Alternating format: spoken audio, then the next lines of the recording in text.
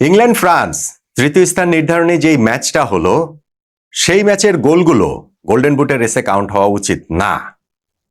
প্রথমত এটা একটা অগুরুত্বপূর্ণ ম্যাচ সেই কারণে। দ্বিতীয়ত এই ম্যাচটা ছিল পাতানো। ফিফা ম্যাচ ফিক্সিং করেছে যেন কিলিয়ান এমবাপ্পের গোল সংখ্যা বেশি হয়ে যায় লিওনেল মেসির চেয়ে। লিওনেল মেসি যেন ক্যারিয়ারে প্রথমবারের মতো বিশ্বকাপে গোল্ডেন বুট জিততে না পারেন, সেই জন্য ফিফা ম্যাচ ফিক্সিং করেছে। যেই ফিক্সিং এর সঙ্গে ইংল্যান্ডও জড়িত, এবং তারা জড়িত হয়েছে সেকেন্ড হাফে গিয়ে। প্রথমার্ধে 4-0 এগিয়ে থাকার পর নইলে সেকেন্ড হাফে তারা এইভাবে কিভাবে গোল খায়, কিভাবে এমবাপ্পেকে দুটো গোল করতে দেয়, একটা অ্যাসিস্ট করতে দেয়। ইংল্যান্ড যেহেতু আর্জেন্টিনার কাছে বিশ্বকাপের সেমিফাইনালে হেরেছে, সেহেতু ওই আর্জেন্টিনার লিওনেল মেসিকে তারা, মেসি তো 2টা অ্যাসিস্ট করেছিলেন, সেই মেসিকে তারা গোল্ডেন বুট কিছুতেই পেতে দিবে না। সেটা দরকার হলে এমবাপ্পে পান, এই কারণে তারা গোলগুলো ছেড়ে দিয়েছে। আর কিলিয়ান এমবাপ্পে তিনি তো লোভী। এই অগুরুত্বপূর্ণ ম্যাচ তার খেলার দরকারটা কি? কই ইংল্যান্ডের হ্যারি কেন তো পুরো ম্যাচেই খেলেন নাই। জুড বেলিংহামকেও তো কোচ শুরুতে নামান নাই, শেষের দিক দিয়ে গিয়ে তিনি নেমেছেন। তাদের দুইজনের সামনে তো গোল্ডেন বুট জয়ের হাতছানি ছিল, কিন্তু তারা তো টিমকে প্রায়োরিটি দিয়েছেন, যেই কারণে তারা আসলে খেলেন নাই। কিন্তু কিলিয়ান এমবাপ্পে এমনই লোভী যে ফ্রান্সের হয়ে এই অগুরুত্বপূর্ণ তৃতীয় স্থান নির্ধারণী ম্যাচটাও তিনি খেলেছেন, এবং 2 গোল 1 অ্যাসিস্ট করে গোল্ডেন বুটের রেসে এখন লিওনেল মেসির চেয়ে এগিয়ে গেছেন। এরকম আলোচনা আমি সোশ্যাল মিডিয়াতে বিভিন্ন জায়গায় দেখছি। ইংল্যান্ড ফ্রান্স যে তৃতীয় স্থান নির্ধারণী ম্যাচ, যেখানটাতে ইংল্যান্ড 6-4 করে জিতেছে, খুবই এন্টারটেইনিং ম্যাচ হয়েছে।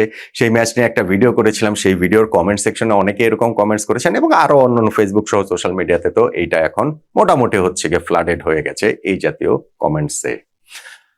আসলে কি ঘটনা তাই? আসলেই কি এই তৃতীয় স্থান নির্ধারণী ম্যাচের গোলগুলা গোল্ডেন বুটের রেসে কাউন্ট হওয়া উচিত না? এবং আসলে কি ফিফা ম্যাচ ফিক্সিং করেছে?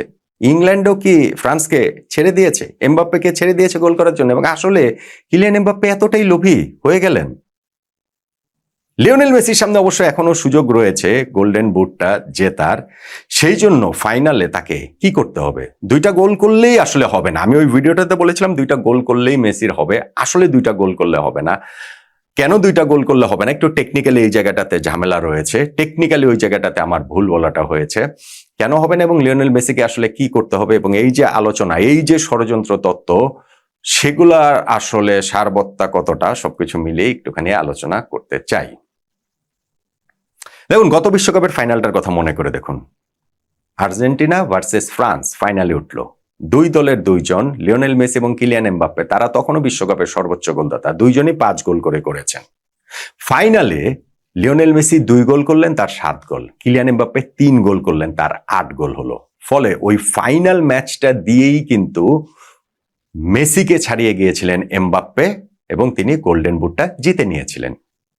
এইবার আর্জেন্টিনা ফ্রান্স ফাইনালে মুখোমুখি হচ্ছে না, কিন্তু নিজেদের যে লাস্ট 2টা ম্যাচ, আর্জেন্টিনা ফাইনাল খেলবে, ফ্রান্স তৃতীয় স্থান নির্ধারণী ম্যাচটা খেললো, ঠিক তার আগের অবস্থা যদি দেখেন তাহলে মেসি আর এমবাপ্পে কিন্তু একই সমতাতেই ছিল। 2জনেরই 8টা করে গোল, মেসির 4টা অ্যাসিস্ট এবং এমবাপ্পের 3টা অ্যাসিস্ট ছিল। সো অ্যাসিস্টে এগিয়ে থাকার কারণে মেসি একটুখানি এগিয়ে ছিল।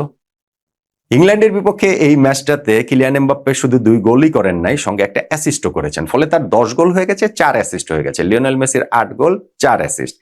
ফাইনাল ম্যাচটা কিন্তু মেসির বাকি রয়েছে। মেসিকে ওইখানে এমবাপ্পেকে ছাড়িয়ে যাওয়ার জন্য যদি তিনি 2 গোল করেন, তাহলে তো ছাড়িয়ে যেতে পারছেন না। তার তো ওই জায়গাটাতে এমবাপ্পের সমানই 10 গোল হলো, অ্যাসিস্টও 2জনেরই সমান, 4টা করেই থাকলো। সেই ক্ষেত্রে আসলে ক্রাইটেরিয়াটা কি করলে মেসি গোল্ডেন বুটটা জিততে পারবেন?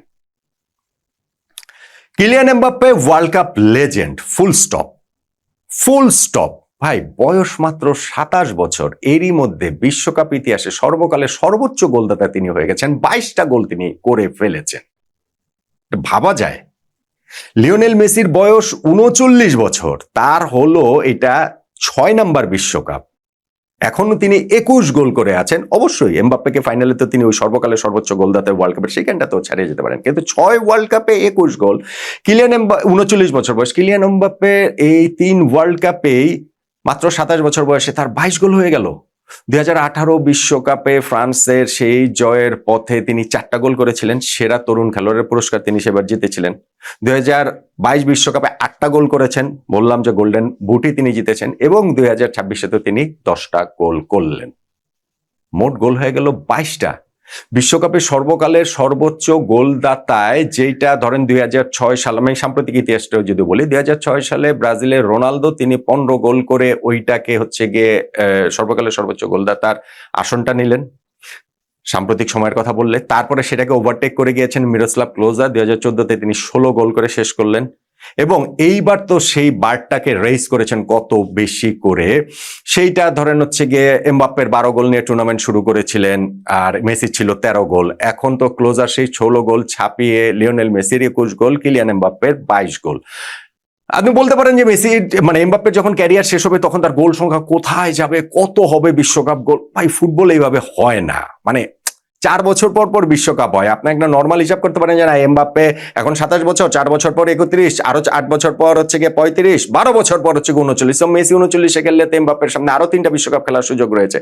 অনেক কিছু এই 12 বছরে না, এই 4 বছরেই হতে পারে, ইনজুরি হতে পারে, অনেক রকম অনেক কিছুই হতে পারে। সো ওইটা আসলে আলোচনা এইখানটাতে করা, হ্যাঁ যদি তিনি ওই অনুযায়ী ক্যারিয়ারটা যেরকম প্রমিস সেই অনুযায়ী করতে পারলে অনেক দূর যাবেন, কিন্তু সেটা তো পরে ঘটনা। এখন পর্যন্ত যেই জায়গাটাতে আছেন তাতে করে কিলিয়ান এমবাপ্পে যদি আর কোনো ওয়ার্ল্ড কাপ নাও খেলেন তাও তিনি ওয়ার্ল্ড কাপ লেজেন্ড।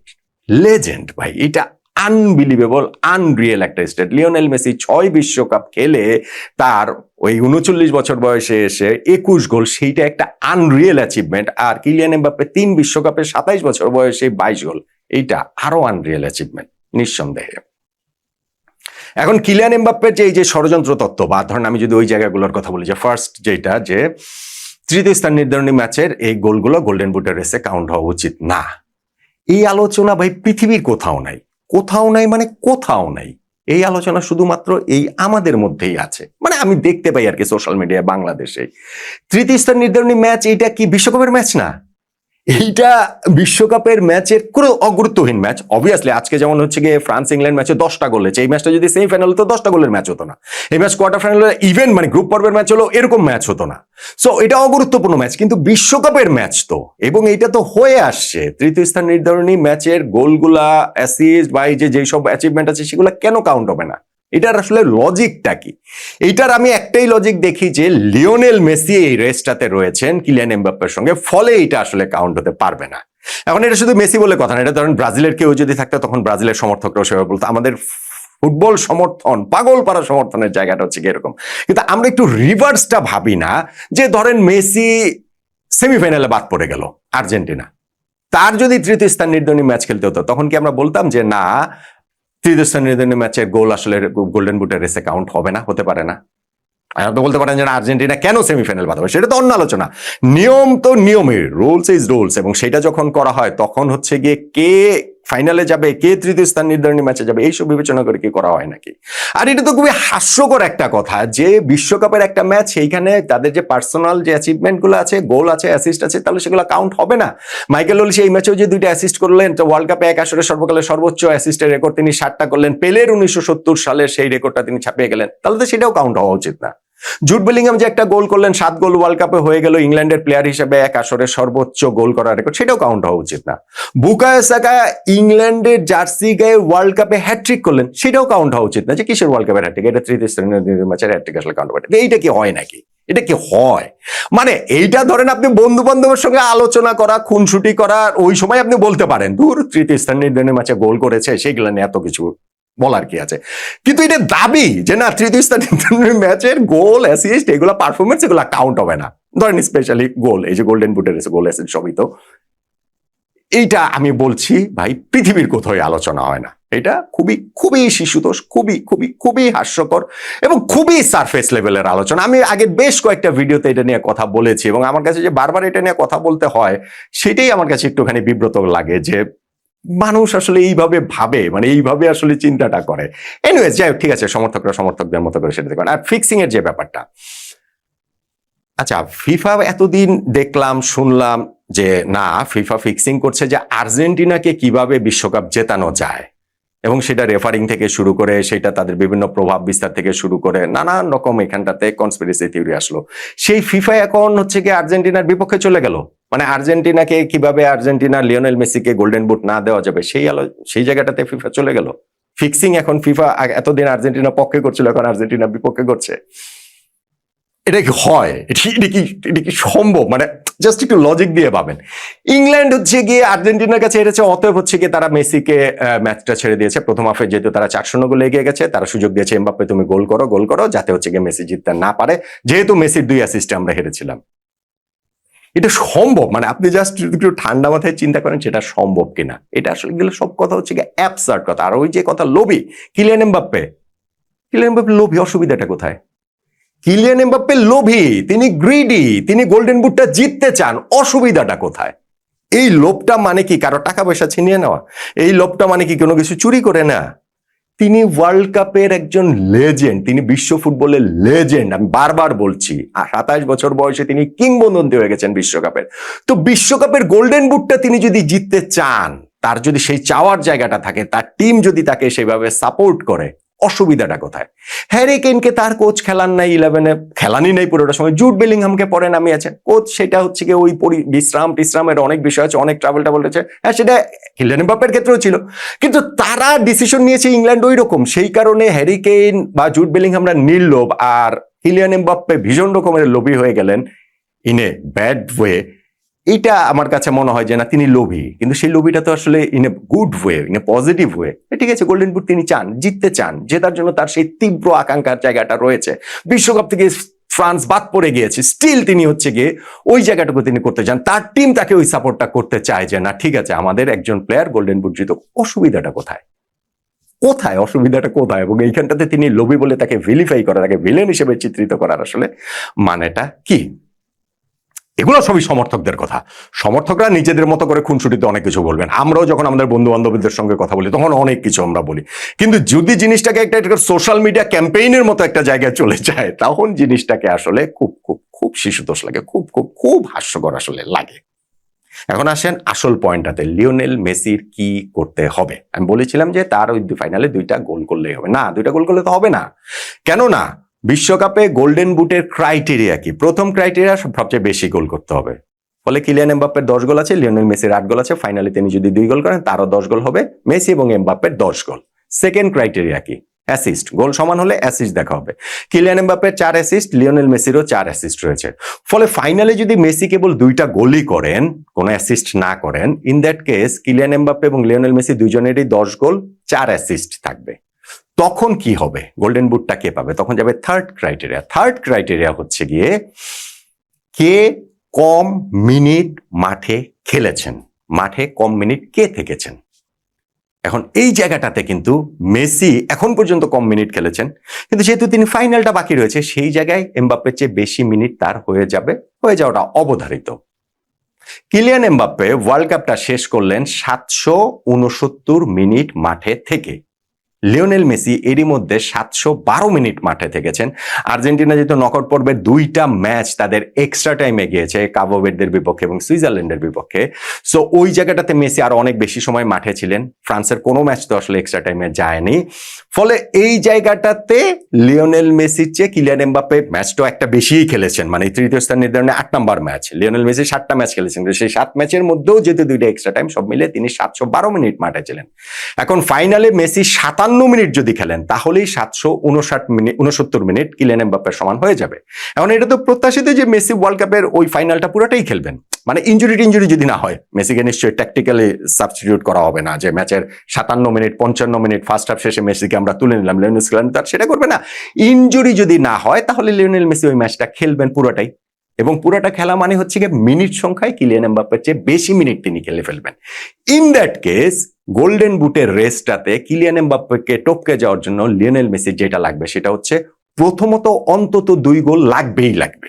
2 গোল যদি অন্তত না দিতে পারেন তিনি, তাহলে 5টা অ্যাসিস্ট করেও কোনো লাভ নেই। অন্তত 2 গোল লাগবে। 2 গোল করলে তিনি ওইখানটাতে কিলিয়ান এমবাপ্পের সমান 10 গোল হয়ে যাবে। যদি তিনি 3 গোল করেন, হ্যাটট্রিক যদি করেন, তাহলে তো আউটরাইটলি তার গোল সংখ্যা বেশি হয়ে গেল। তার হচ্ছে গিয়ে কিলিয়ান এমবাপ্পের 10 গোল ছাড়িয়ে তিনি 11 গোল হয়ে গেল, শেষ। গোল্ডেন বুটের হিসাব নিকাশ এখানে শেষ।